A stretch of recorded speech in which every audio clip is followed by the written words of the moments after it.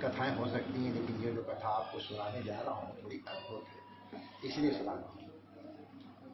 सृष्टि के आदमी पराम्बा भगवती ही थी और उनके मन में संकल्प हुआ कि हमको सृष्टि करनी है। तो अकेली पराम्बा सृष्टि नहीं कर सकती है, इसलिए उन्होंने 3 पुरुषों को प्रकट किया, ब्रह्मा, विष्णु और महेश। इन तीनों को प्रकट करके अब उनसे कहा, अब हम लोग सृष्टि हो सकती है।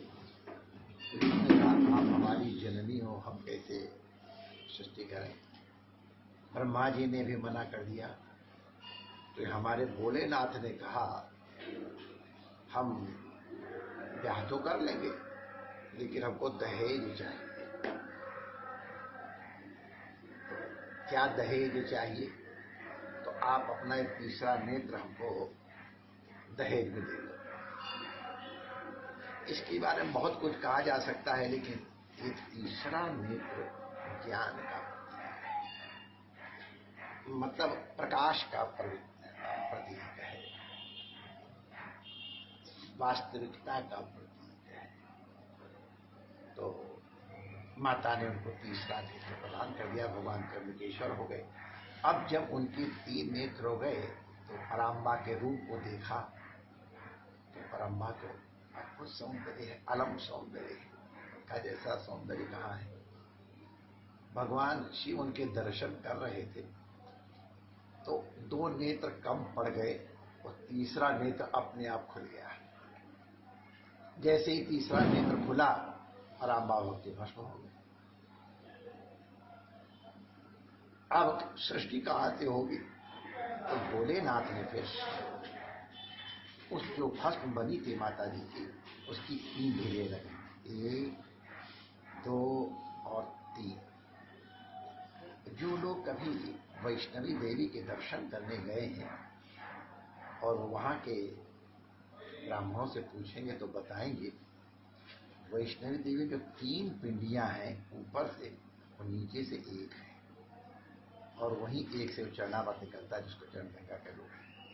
तो ये 3 देवियां बन गई, महालक्ष्मी, महाकाली और महासरस्वती। ये 3 देवियां हो गई।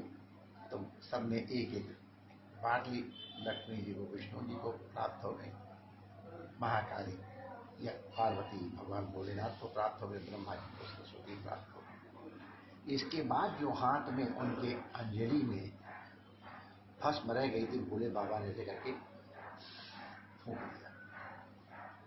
तो ये संसार की जितनी भी स्त्रियां हैं वो उस भस्म से उत्पन्न है। इसीलिए हमारे यहाँ लोग जो भी कहें, हमारे शास्त्र की तो मर्यादा ये है कि हर स्त्री पराम्बा रूप है, जगदम्बा रूप है, सृष्टि करती है। वो न हो तो सृष्टि न हो, वो न हो तो पालन भी न हो, और वही हमारा रक्षण भी करती है। तो इसीलिए जो सप्तशती में आया है, स्त्रिया समस्ता सकला जग तो यही गया पूरे मम्मा भैया, हे माता तुम ही नाना रूप हो। तो ये त्र्यंबकेश्वर भगवान के तीसरे नेत्र की कथा हम लोग ने सुनी। बाकी तो गौतमी की कथा ऐसे प्रकट हुई, गौतम महाराज को सब कथा सुनी होगी। हमारे भगवान रघुनाथ भी यहाँ आए थे और यहाँ भोले बाबा कथा सुनने के लिए भी यहाँ आए। तो ये अद्भुत स्थान तपस्या की दृष्टि से इस तरह की बातें इसमें कहना तो नहीं चाहिए सबके सामने, लेकिन यहाँ जिस प्रकार की कोई साधना करना चाहेगा, हर साधना के लिए बहुत उपयोगी स्थल, लेकिन निर्विकार भाव से आवे, मन में किसी प्रकार के तुष्ट भाव न लावे। तुष्ट भाव लाएगा तो उसकी संभवतः इष्ट साधना तो हो जाए, लेकिन उसका परम कल्याण नहीं होगा। कि यहाँ जो भी आवे भक्ति भाव से आवे, यहाँ जो आवे पराम्बा भगवती का अनुग्रह प्राप्त करने आवे, यहाँ जो आवे त्र्यंबकेश्वर नाथ भगवान का अनुग्रह प्राप्त करने आवे। गोमती गोदावरी के रूप में, गोदावरी गंगा के रूप में विद्यमान है, पार्वती के रूप में विद्यमान। और जो अर्घा है ये भी उन्हीं का प्रतीक है, उनकी कृपा से भगवान त्र्यंबकम यजामहे सुगंधिं पुष्टिवर्धनम् उर्वारुकम् वन्दनान् मृत्युर्मुक्षीयमामृतात्। दुनिया के रोग तो इस मंत्र के उच्चारण से दूर होते ही हैं। इसके लोग जब बीमार होते तो लोग विप्रो से जप करवाते हैं। आंतरिक रोग जो है काम क्रोध लोभ आदि वो भी भगवान त्र्यंबकेश्वर का जप करने से शमन होते हैं।